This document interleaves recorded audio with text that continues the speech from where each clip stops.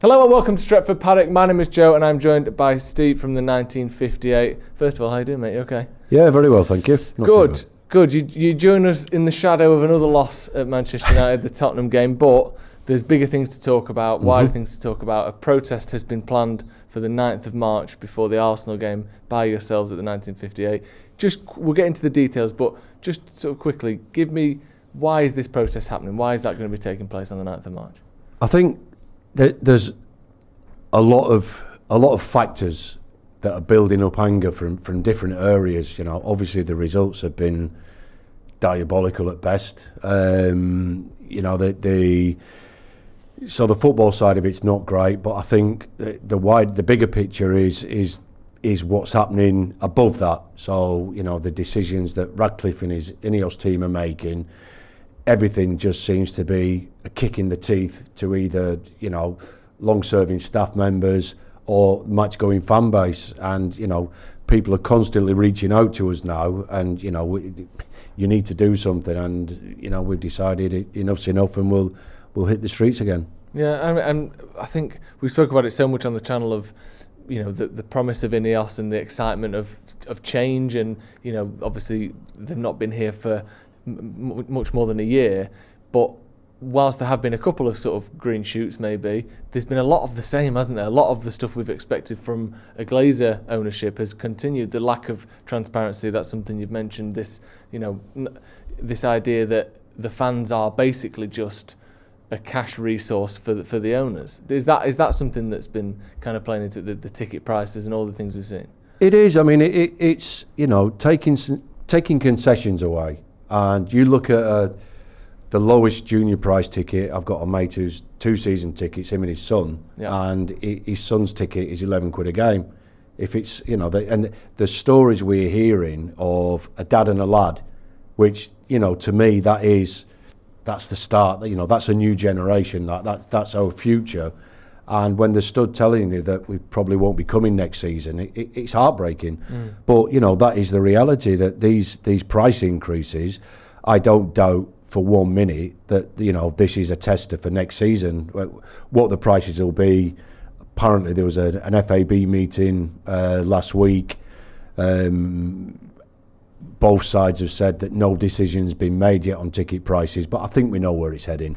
And, you know, from bits we've heard, there seems to be a sway towards this dynamic ticket pricing, which is more for bigger games. Yeah, it won't be less. It's not going to be less for lesser games. It'll be as it was, and then going up from there. So it's, you know, it's at a time when, especially now, this football team needs that loyal match-going fan base. It needs that Stretford end raw. And, you know, it's when fans are getting shafted for the loyalty is getting penalised seemingly. You know, people are just thinking, why bother? I can understand it. I mean, like you said, on the pitch is so poor, and now is the time they're deciding to basically make it more and more difficult for loyal fans and fans to go to the games. It's just going to snowball. It's just going to, I can only see it getting worse. In terms of, you mentioned about this meeting with the F.A.B that is basically, we haven't heard except rumours and hearsay. The initial announcement to raise the ticket prices, that was just here's something we've announced. There wasn't any back and forth there, is it? No. Is that a worry that going forward, you know, like I said before, these sort of ideas that we're going to involve the fans more? We see Radcliffe doing public interviews, this whole idea, you know, a few months ago that things were going to be different now, and yet when it comes to charging people more, when it comes to changing big things about Manchester United, once again, they're being done without the consultation of the fans.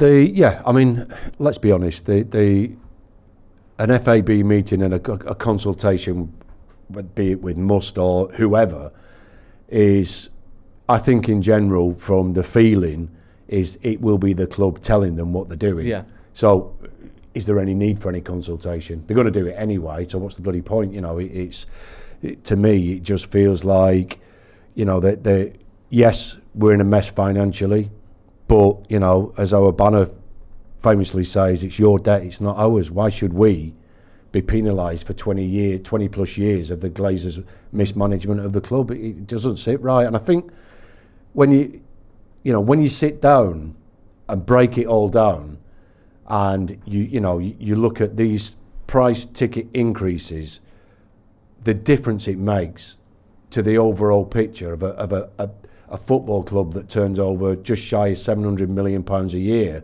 It's peanuts. The difference, it's not going to save the club, is it? It's not going to pay off the debt. So, it just feels that there's just do you know what? They'll pay more. Let's poke them with a stick and see how far we can push them. So, time to fight back a little bit. I think, obviously, at the minute, it feels as though sort of INEOS are taking care of a lot of the day-to-day running of Man United. Again, we see a lot of INEOS and, Brailsford or Ratcliffe doing the interviews and sat at the games. Do you think the Glazers are kind of almost using them as a bit of a human shield at times to make the decisions that they would like to make but are too scared to? Or how do you think that dynamic is working? Because, obviously, the Glazers still own more of Man United than INEOS do, but it's INEOS who are at the front of everything. Do you think it's them, or do you think it is the Glazers doing these things? I think we need to presume that they speak to each other. Yeah. Do you know what I mean? Yeah. So I think any decisions that are made, my understanding when Radcliffe came in is that they're taking over the sporting side of the business. But what we're talking about now is revenue. That's that's the business side of things. It's not the footballing side of things. So to me, these decisions are, I would think, in my opinion, joint decisions. And as we, the 1958, have always advocated for, is a full sale of the football club. The Glazers to sell all their shares and do one. Do you know what I mean? And that's never changed. So what we are, I think that there's a lot of avenues we're going down with this protest. Yes, it's the ticket prices, but we still want the Glazers out. We still want a full sale of the football club. Yeah. There's been no communication from Radcliffe with regards to any kind of plan. We've heard of the Plan 21 or whatever it was called, and I think we're a million miles away from that at the minute. Yeah. That's a pipe dream. But what's the strategy moving forward? Communicate with people. We never got spoken to for 20 odd years by the Glazers until the European Super League debacle, and it took that for them to come out and speak. So I don't know, maybe another big protest might prompt them into coming out and speaking and just explaining to everybody, not just match-going fans, but fans in general, what the hell is going on here? Yeah, it's a good point. They can say it's because they wanted to do it, or it was because of those protests around the Super League that the Glazers sat in a couple of Zoom meetings and came out and made a couple of statements. That was what did it, and these are the things that do make a difference. And I know some people think of things as futile or they're going to do it anyway, but that isn't always the case. It is always worth protesting and making your voice heard, and that's how change happens at every level. Man United, political, anything. You have to get out there and do things, and we fully support that. Just on like you said there about the wider kind of the vision for the club, there are two different things at play, like you mentioned. One is season ticket prices or whatever it may be. That's one thing, but like you said, it does feel as though, what is Man United at the minute? Where are we going? On the pitch, it's a mess. It's a disaster. You don't know what you're going to see from one game to another.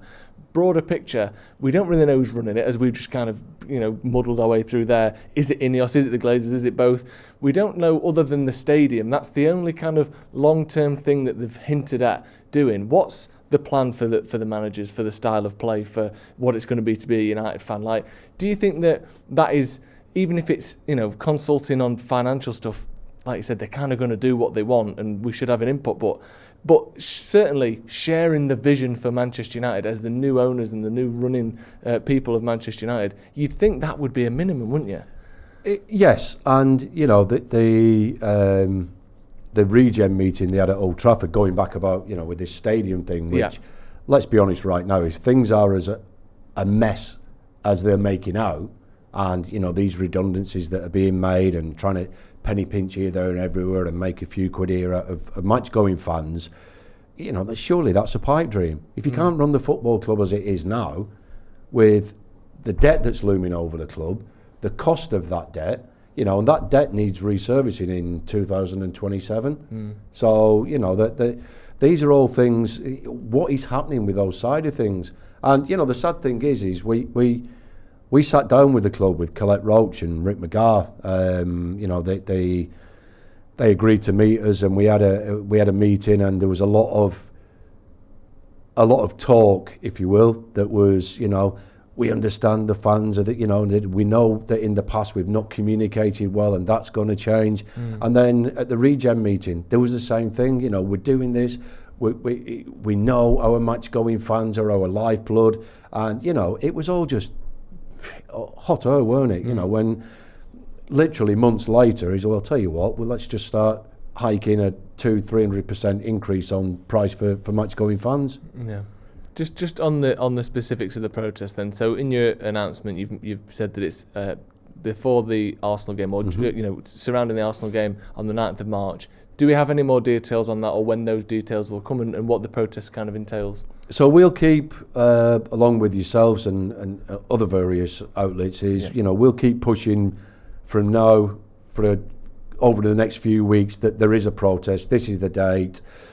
What we've done previously is the minimum amount of time that you need to give notice to GMP is 6 days. Okay. So we like to keep it to that minimum, so people, it keeps people on the toes a little bit, both at the club, etc.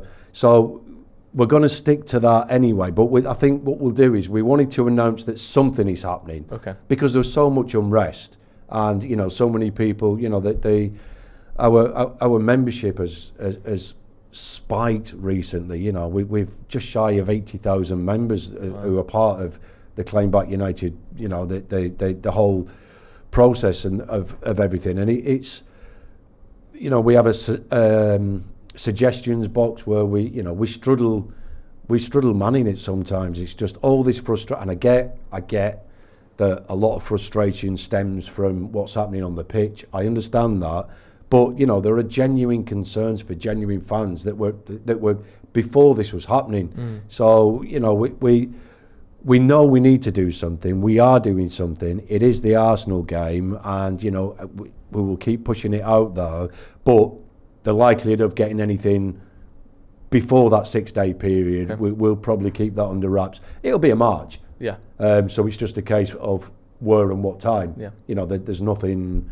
There's no magic formula really to a protest, and with the anger that's out there at the minute, it'd be very interesting to see how many fans actually turn up and get behind it. Yeah, great. Thank you very much for coming on and sort of explaining what's going on. I think as well, sort of giving an outlet for people who feel the way a lot of us feel as United fans, and it feels like every bit of news, like I said, whether it's on the pitch or off the pitch, it's just more negative. No money here. It's talking about if you want to save all these phrases coming up of the future of Man United is in jeopardy, and it's us that kind of have to sort it out, and it's such a shame. But so thank you for organising this, and again, 9th of March around the Arsenal game. Of course, when those details come out specifically, we'll be sharing them on the channel, and hopefully get you on again maybe as well nearer to the time. But thank you very much, Steve, for coming on. No thank problem. You. Cheers. Cheers. Thank you for joining us at home as well. Hit subscribe to the channel. We'll put the link to the 1958's website and their social media in the description as well, so go and check it out and see what exactly is going on over there. Thank you for joining us.